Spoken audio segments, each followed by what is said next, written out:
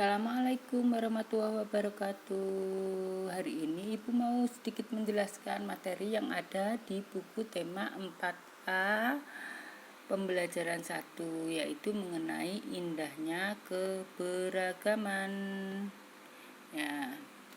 Tahukah kalian negara Indonesia merupakan negara yang berbentuk kepulauan dan dibagi menjadi 34 provinsi. Dan ke-34 provinsi ini mempunyai berbagai macam bentuk keragaman budaya, baik itu berupa tarian tradisional, rumah adat, pakaian tradisional, alat musik tradisional berdasarkan daerah masing-masing.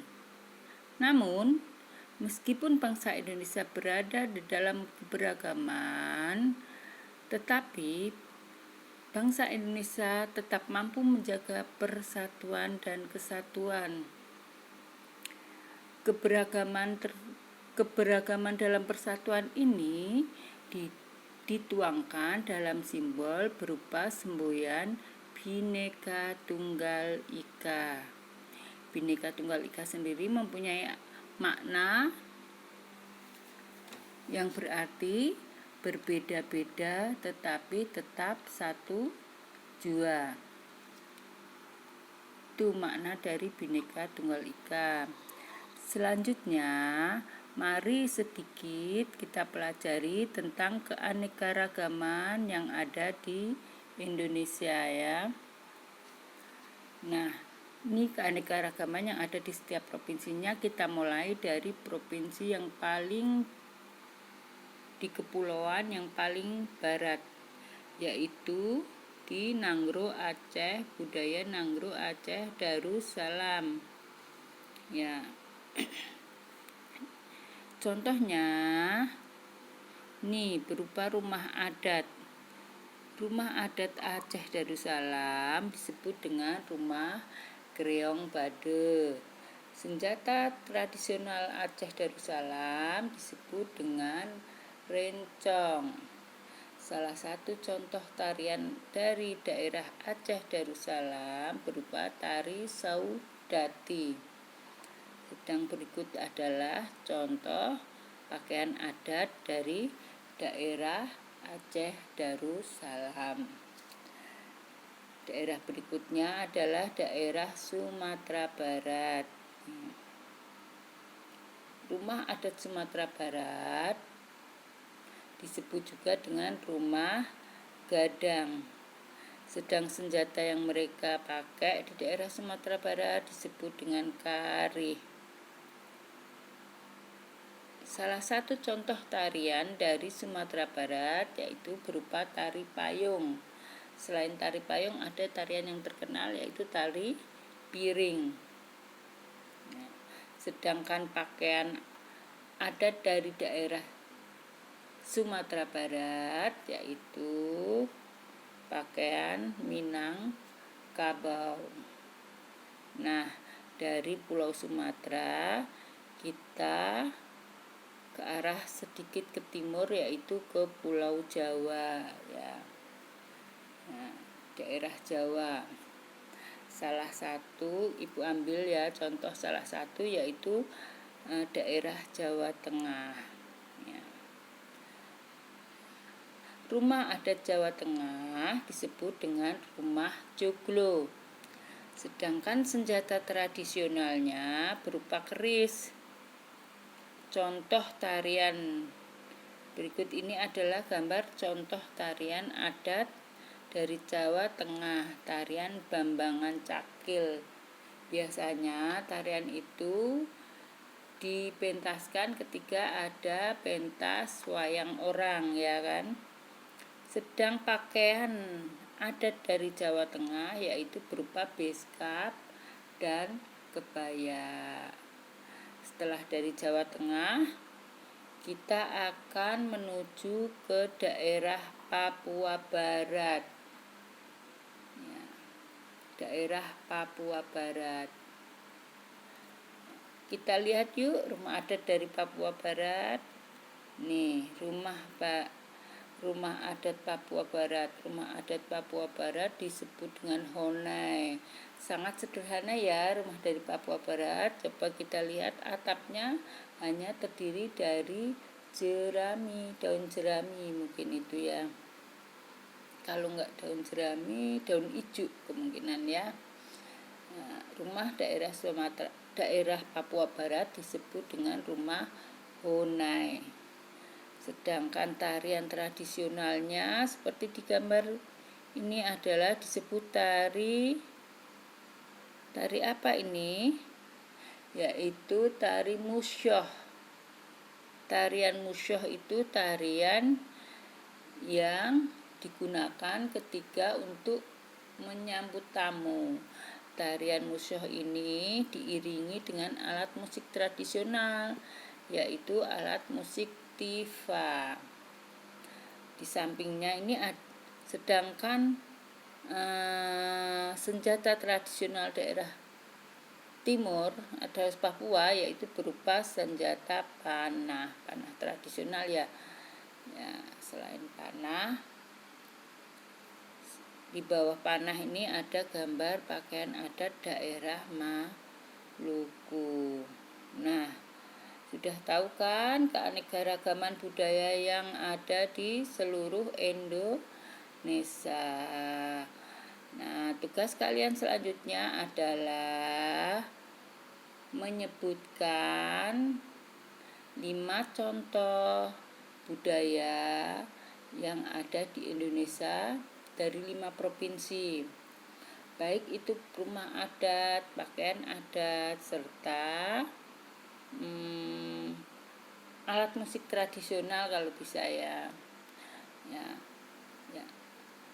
Tugas tersebut bisa kalian jawab melalui rekaman suara ataupun berbentuk tulisan ya. Untuk pelajaran bahasa Indonesia, Ibu mau menjelaskan bacaan yang ada di halaman 3 di pembelajaran 1 nih, halaman 3 yang bawah. Ya. Kali ini Ibu akan mempelajari mengenai gagasan pokok dan gagasan pokok atau kalimat pokok dan gagasan pendukung. Nih, gagasan pokok dan gagasan pendukung. Apa itu gagasan pokok? Gagasan pokok adalah gagasan atau ide yang menjadi dasar pengembangan sebuah paragraf. Ya. Pengembangan sebuah paragraf. Gagasan pokok disebut juga dengan ide pokok.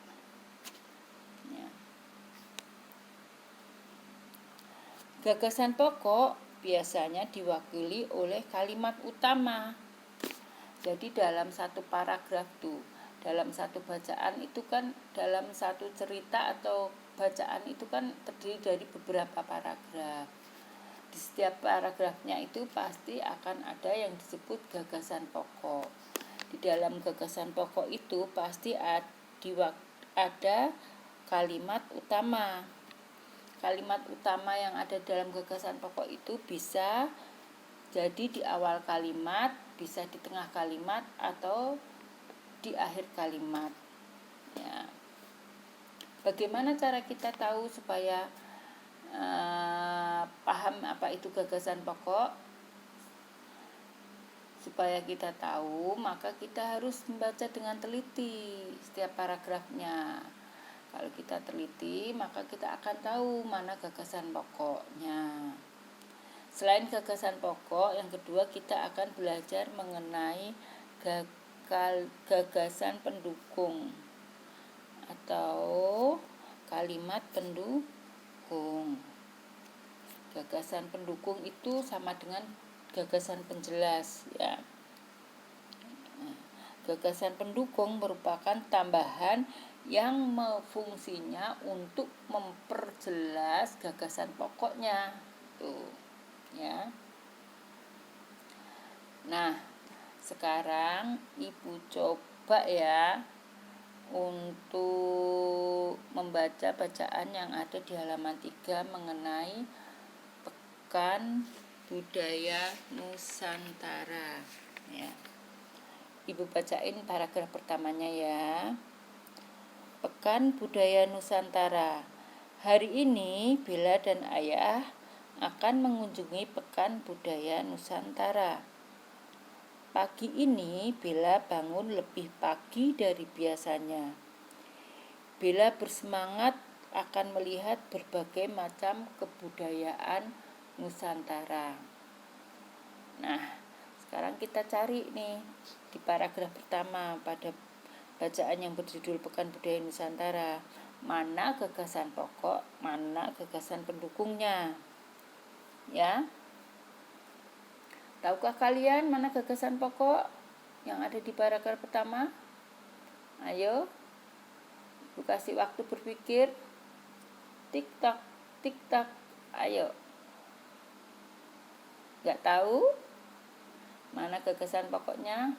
Ya, gagasan pokok yang ada di paragraf pertama yaitu kalimat kebetulan letaknya di awal kalimat yang bacanya, hari ini Bella dan Ayah akan mengunjungi Pekan Budaya. Sekarang kita cari gagasan pendukungnya dari kalimat pada gagasan pokok itu. Gagasan pokoknya kan hari ini Bella dan Ayah akan mengunjungi Pekan Budaya. Sedang gagasan pendukungnya atau kalimat pendukungnya adalah pagi ini Bella bangun lebih pagi dari biasanya. Bella bersemangat akan melihat berbagai macam kebudayaan Nusantara. Nah, itu gagasan pendukungnya. Jadi kalimat gagasan pendukung ini untuk mendukung kalimat yang ada di gagasan pokok, untuk memperjelas ya, untuk melengkapi ya. Nah, sekarang berikutnya ke paragraf kedua. Ibu bacain ya, paragraf kedua. Pekan Budaya Nusantara. Nih, ya. Bacain ya. Pekan Budaya Nusantara diadakan di alun-alun kota selama sepekan. Acara ini menampilkan beragam budaya Nusantara berupa contoh rumah adat, pakaian adat, tarian adat, alat musik tradisional, serta makanan tradisional. Sekarang kita cari gagasan pokoknya dulu yang ada di paragraf kedua. Sudah tahukah kalian gagasan pokok yang ada di paragraf kedua? Ayo. Gagasan pokok yang ada di paragraf kedua yaitu kalimatnya, Pekan Budaya Nusantara diadakan di alun-alun kota selama sepekan. Ini di awal kalimat lagi nih, kebetulan nih gagasan pokoknya nih ya. Sedang gagasan pendukungnya yaitu kalimat yang mendukung dari gagasan pokok, kalimat pelengkapnya. Kalimatnya berupa acara ini menampilkan berbagai budaya Nusantara berupa contoh rumah adat, pakaian adat, tarian adat, alat musik tradisional, serta makanan tradisional. Nah, untuk tugas selanjutnya kalian nanti membuat gagasan pokok dan gagasan pendukung yang ada di paragraf ketiga dan keempat. Ya, kebetulan ada di halaman 4, paragraf ketiga dan keempatnya nih. Contoh paragraf kedua ini bacaannya ini. Bella berangkat menuju alun-alun bersama ayah. Tuh. Ya, itu. Ya, paragraf ketiga dan keempat coba cari gagasan pokok. Kalau nggak ada,